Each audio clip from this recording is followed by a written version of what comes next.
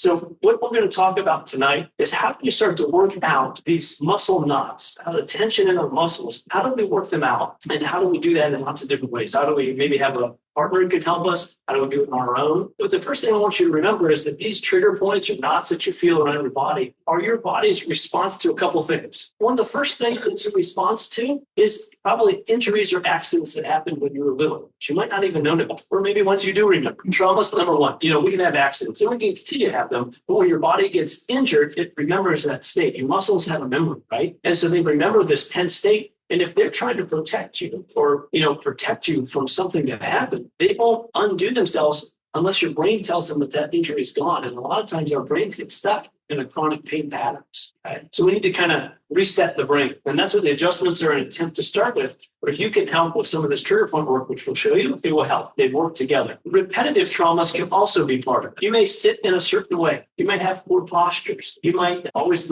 sit on the couch, one way this way, or we might always look at our desk this way. We might do different things. We have chronic repetitive postures that gravity is always working down on. And there are muscles in our body that are built for postural control. But if those are being overworked and stressed, they'll have trigger points. Eventually, a trigger point is an area of your muscle that's just spasmed and it just doesn't let go. It's kind of like a muscle cramp, but it's not ever letting go. It's saying, I give up. The best thing I can do is just lock down and never give up. And sometimes our emotions can do that. Sometimes our foods will do that to us. So know that these trigger points could come from more than just even injuries. More holistically, it's our whole body's reaction to a lot of things. But if we simply think about it, yes, past traumas, you probably need to work some things out. Hopefully that can reset. If you chronically have poor posture, poor positions, or repetitively do a certain job in the same position all the time, that can also cause that. So you either got to figure out how do you de-stress your body from doing the job or position you're in all day, or stop the position. You're supposed to be born putting the job just yet. So, but the key is that how much is putting some time and energy and money worth to you and your health to start to take care of some preventative measures. So that's why you're here. We're going to kind of go over some ways that shouldn't cost you a lot of money to do these things, but they'll cost you a little time and a little energy. Okay? So trigger points. We're going to start with the simple ones that most people can work out on their own together. And I'm going to kind of teach you guys. I'll show a tool that is one tool that is my most expensive thing that I can show you. But we're going to start in the shoulders. Like the first thing is take your right hand and just put it across to your left shoulder. I want you to kind of take your fingertips. You take your fingertips and just try to find a bone on top of your shoulders. Ever feel like a bone up there, like a hard bone? You don't feel that at all? That's something you're going to teach you to be careful. Okay. From that bone, I want you to just kind of walk your fingers towards your neck a little bit, and you might feel like you can fall into a little crevice in there. So there's like a hard bone, and then there's like a hard bone that keeps going, but there's a crevice right behind there. That's your trapezius muscle. There should be a little crevice. If you keep working and walking your fingers like they're walking towards your neck, you might run into a little knot. Sounds like a crevice, and all of a sudden it's harder. It's more like tensed. That's a trigger point likely for you. Okay. Now, what you can do with trigger points, you really just need pressure. This is one of the hardest to work on your own.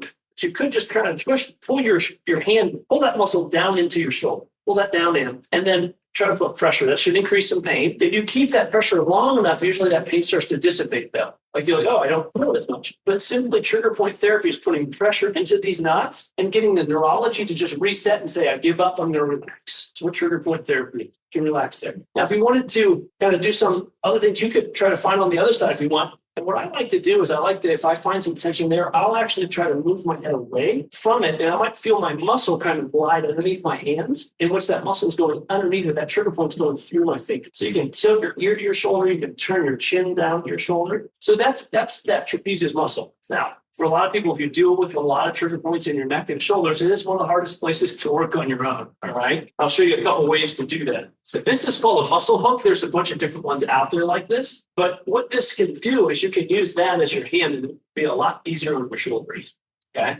So I could take that and just kind of work that into one of those muscle tensions. If I find one, then I can just pull down, and just go past this around. You guys can play with it and stop paying attention to me at the spot. There's all this, see all these little knobs on there, like that? These things that you can put right on back of the neck. So if you're a headache person, you guys can put your hands like on your skull. If you walk your fingers down your skull, eventually you're going to fall off into squishier parts from your skull into a squish. That's your occipital muscles. The little triangular muscles, they all get tight on everybody. Usually, if you have neck pain, headaches, you need something to put pressure. That's what these little knobs put right into those. And you can tilt back. You can rotate. or I can use the little other side and just put pressure into it. These are ways that you can work out those muscles. Yeah, you can use this in all kinds of ways. These muscles, you can get the thing, you can put them on your hip, you can work your hip muscles, you can work your glute muscles. There's a great for tension. I'm going to show you some other stuff for the glutes. That's a muscle. So if your neck and shoulders are tight, and the only other thing that I could probably suggest that you could use at home would probably be a foam roller that's a little bit more like this. It's called a rumble roller. You want these little knobs. Why? Because kind of like my thumbs and fingers that feel like fight. Little iron things when you guys lay down on the table, like, ooh, ah, those are all little trigger points. But these can mimic that. But the only way to work on your neck this way is to probably you'd be laying down on this. You're not going to roll so much, but you're just going to lean back into this. You can do a little bit up and down with that. But you also, biggest thing with this kind of thing, and you can do this on your regular foam roller that you probably purchased from me. You just turn side to side, and you're going to work those occipital muscles just as much, just like so. If I find a knot, I'll put pressure back and just try to get that knot to loosen. I put pressure for 10 to 30 seconds till I feel that pain dissipate. And then I find another knot. It's not something you have to hold for a long time, okay? If you're looking for those knots and just hold the pressure. This foam roller, I will use in a lot of other areas of my body too. I do like this kind of a thing. So the neck and shoulders, that's kind of the best thing you can do is probably a hook or something like this, just so you can. It's one of the hardest areas to get. But the spine itself, you can use this or the regular foam roller. But you can use these just on your spine itself and put some pressure in to find some knots and just hold those. If you're doing anything below like your ribs, make sure your chin tucked and like this. If you got the home rehab kit from me, I'll describe that as well, but just be safe with that. Otherwise, you kind of put it up here high and you start with it like this. And you can lay your head back. Most people have some knots between their shoulder blades. So you can work it when you find one, just hold on to it. And you want to try to relax as much weight and pressure into those knots as you can until you feel like they come away. Now, this kind of thing is a good start, but honestly, this might be a lot intense for a lot of people. So usually we'll recommend something a little more smooth, and you can do the same thing with these. We'll just kind of work those at first. Some people that might you have to probably stand up and do those. Okay? But the foam roller is a great tool for some of those areas. If you've got a lot of knots between your shoulders, we just would preface this thing too with all these things. When you have trigger points and those muscles, if they keep coming back, if you kind of loosen up, it feels good. They keep coming back. It's because your posture, probably the curve of your neck is abnormal and you're weak in some way or another. Okay? So because of the weaknesses in the abnormal position, by the time the day's over, the body's already been beat up again, and those muscles are like, oh, please help me. Thanks for resetting me, but I need the help. That's why we sell that home rehab kit, okay? Because if you not only will re-strengthen those curves and get you strengthening and exercising them, we get the curves back in place. So the ultimate healing is getting the strength and vitality in the curves. The adjustments themselves that we perform are a way so that your brain and body can engage those muscles back to where they need to be. Is the little muscles in your body that turn off because there's injuries or problems, those are the ones that are causing your injuries because they actually turn off the weak. We need to turn them back on. When they get turned back on, your body lights up. Right? So just kind of remember a lot of this trigger point work can definitely be helpful as long as you're doing other things, but all you're doing is trying to work the muscle out. I was just at a workshop, the chiropractor goes, muscles are dumb. And basically what he means is that the muscles are in control by the nervous system. And your nervous system is telling them what to do. So if all I do is say, muscle, stop, stop, stop, the nervous system is going to tell it to go because it's not getting the right feedback that it's looking for. So just remember that about chronic areas. There's definitely something you probably need to change in your habit state. So if the middle back, you got a lot of knots in there, I can tell you very commonly, I feel them all day long. You guys are laying on these tables. Those knots in there, usually because people's postures here. And those muscles are going, pulled all day long. I'm trying not to get any longer. So they get knots. Now, doesn't mean you shouldn't work them out, okay? You can usually use like a tennis ball or something similar to a tennis ball. This is like some sort of massage ball. It's probably a cheap tennis ball with a piece of something. This would be when you really want to hurt yourself. So typically, you can put this up on the wall, or you just put it like on the ground, and you're going to put it kind of so that it lands right inside of your shoulder blade. So if my shoulder blade bends here, it's going to go right beside it. And then I let my shoulder relax, and I might go up and down, and I'm going to like, oh yeah, right there, and you just kind of lay into that. That's going to get more of a focused force. So tennis balls are great. Things, kind of about that size in smaller areas. You can also use those on your glutes because most people have tightness here. Probably feel like massage they're working on you. And you can even sit in your chair at work and probably use a tennis ball and kind of sit into it. Now with this amount of squish, I feel it. But if it was a hard surface, you would feel it if you're on the ground. Okay? But you basically could get on the ground with it and you could sit right on it. Yeah, like that. And you just hold on to it. If you are working your glute muscles, which I'd say be the next part here is your glutes, I would start with more of a roller of sorts, and you would just sit on it. You're basically going to sit on your foam roller. You can let this leg relax or put it up like this, and you're just going to kind of roll right across that glute, like paving the road. Just pave the glute, all right? You're going to find some knots. If you get close to bone, you'll know it, but that's where a lot of those knots are. You're just going to hold that right on. So this is the best first start, because if you can kind of put as much or as little weight as you want, it's real sensitive. You might like almost have your whole body up and you're just barely working. And as you get better, you get all your weight in there. You might really just let it work it out. Eventually, you might go, man, I feel knots in there, but this is nothing. It's too easy for me.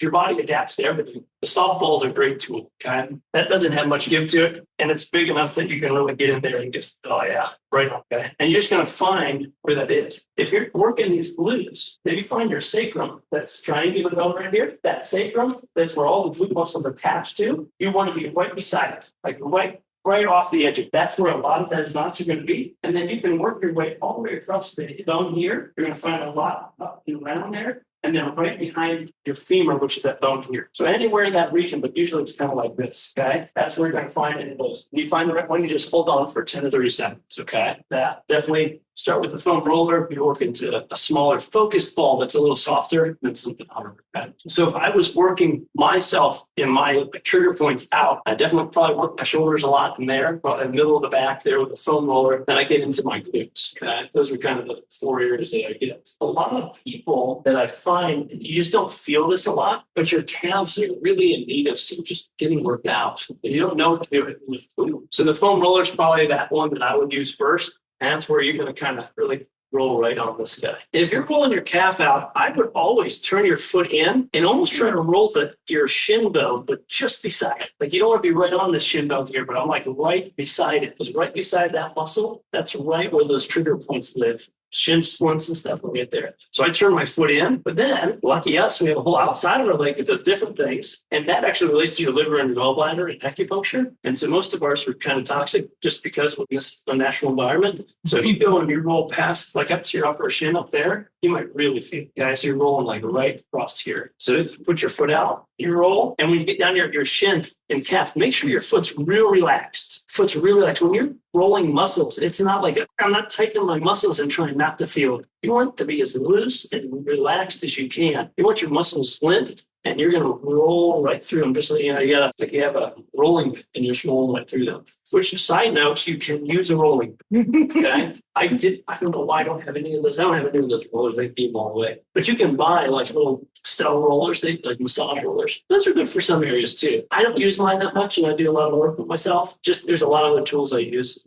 But they're not bad. But in and out with your foot, and make sure your foot's real loose and you're really down at your Achilles, because that's where most people need it. Almost when you bump into my heel right there, that's where I feel I need it. So I'm going to really work that a lot. And then I can work into my mid calf, and then it's behind my knee. Because your calf actually goes all the way past your knee. Most people don't know that. So you work behind your knee, work at your calf. Those are great things. You can do them at the same time.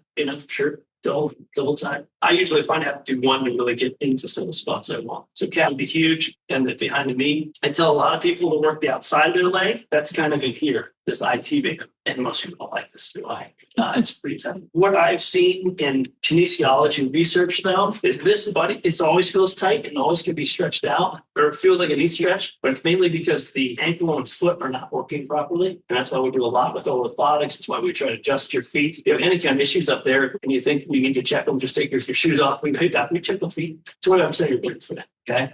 So adjusting those and lining them up, helping them will help derotate and help the rest of this. But you probably do want to work your glute muscles like I was showing, okay? But if you work that, you can help the in between. So calves, IT bands. Last thing that I'll end with, painful one. So most people's adductors are super tight. Like for me, it's the worst in the world. But I heard you hold a lot of motions. And usually like most people don't hurt a lot. I have some athletic kids that seems to be pulling all the time, but that's not like many people are complaining as much as they are from other areas. But those muscles, they hunker down and they don't give up, okay? So if you really wanted to work in here to kind of unlock the hip, that's why we use these foam rollers, is you basically have to be you're going to be over top it like this. This is the one that if I'm at the gym doing this work, my wife would just leave. And so I don't do it in the gym anymore. But basically you have to put your weight down right into that adductor muscle, get as close to the pubic bone as you can to try to let the weight right into it. And you can go back and forth. A lot of chronic knee issues and hip issues are that. So you kind of have to work that whole thing out. If you like pain, then yeah, you just put this on. You can. But those are 20 minutes, all the things that I would say I could do quickly to watch. Have a good night.